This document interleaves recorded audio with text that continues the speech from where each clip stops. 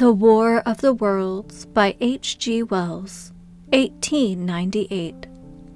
Book 2, The Earth Under the Martians, Chapter 6, The Work of 15 Days. For some time I stood tottering on the mound, regardless of my safety. Within that noisome den from which I had emerged, I had thought with narrow intensity only of our immediate security.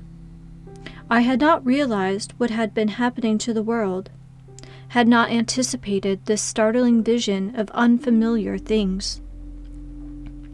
I had expected to see sheen and ruins. I found about me the landscape, weird and lurid, of another planet. For that moment I touched an emotion beyond the common range of men, yet one the poor brutes we dominate know only too well. I felt as a rabbit might feel returning to his burrow and suddenly confronted by the work of a dozen busy navvies digging the foundation of a house. I felt the first inkling of a thing that presently grew quite clear in my mind, that oppressed me for many days, a sense of dethronement, a persuasion that I was no longer a master, but an animal among the animals under the Martian heel. With us, it would be as with them, to lurk and watch, to run and hide. The fear and empire of man had passed away. But so soon as this strangeness had been realized, it passed, and my dominant motive became the hunger of my long and dismal fast. In the direction away from the pit I saw, beyond a red-covered wall, a patch of garden ground unburied. This gave me a hint, and I went knee-deep, and sometimes neck-deep, in the red weed. The density of the weed gave me a reassuring sense of hiding. The wall was some 6 feet high, and when I attempted to clamber it, I found I could not lift my feet to the crest.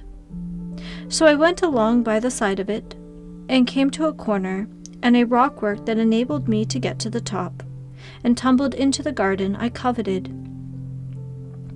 Here I found some young onions, a couple of gladiolus bulbs, and a quantity of immature carrots, all of which I secured, and, scrambling over a ruined wall, went on my way through the scarlet and crimson trees toward Kew.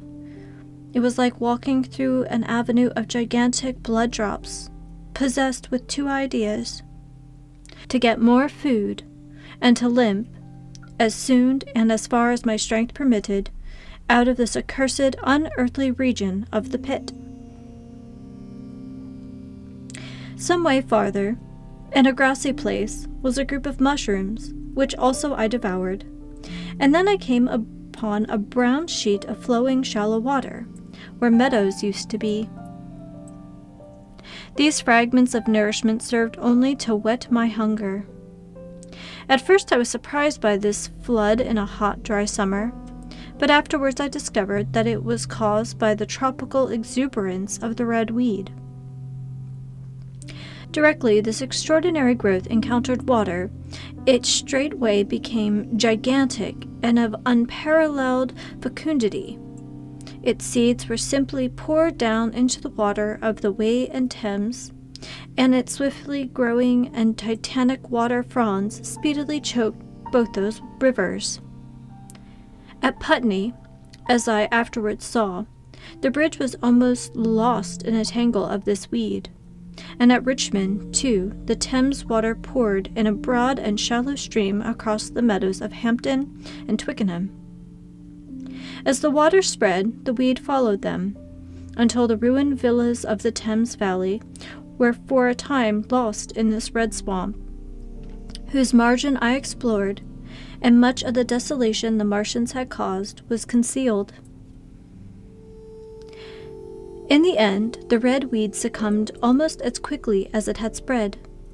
A cankering disease, due, it is believed, to the action of certain bacteria, presently seized upon it. Now, by the action of natural selection, All terrestrial plants have acquired a resisting power against bacterial diseases. They never succumbed without a single struggle, but the red weed rotted like a thing already dead. The fronds became bleached, and then shriveled and brittle. They broke off at the least touch, and the waters that had stimulated their early growth carried their last vestiges out to sea. My first act on coming to this water was, of course, to slake my thirst. I drank a great deal of it, and moved by an impulse, gnawed some fronds of red weed, but they were watery and had a sickly metallic taste. I found the water was sufficiently shallow for me to wade securely, although the red weed impeded my feet a little. But the flood evidently got deeper towards the river, and I turned back to Mortlake. I managed to make out the road by means of occasional ruins of its villas and fences and lamps, and so presently I got out this spate and made my way to the hill going up towards Roehampton, and came out on Putney Common. Here the scenery changed from the strange and unfamiliar to the wreckage of the familiar. Patches of ground exhibited the devastation of a cyclone, and in a few score yards I would come upon perfectly undisturbed spaces, houses with their blinds trimly drawn, and doors closed, as if they had been left for a day by the owners, or as if their inhabitants slept within.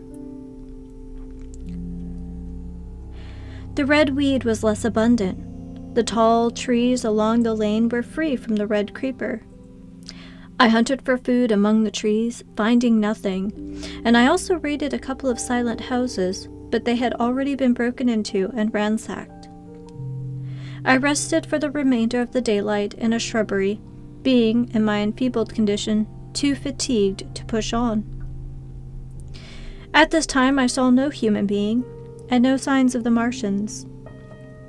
I encountered a couple of hungry-looking dogs, but both hurried circuitously away from the advances I made them.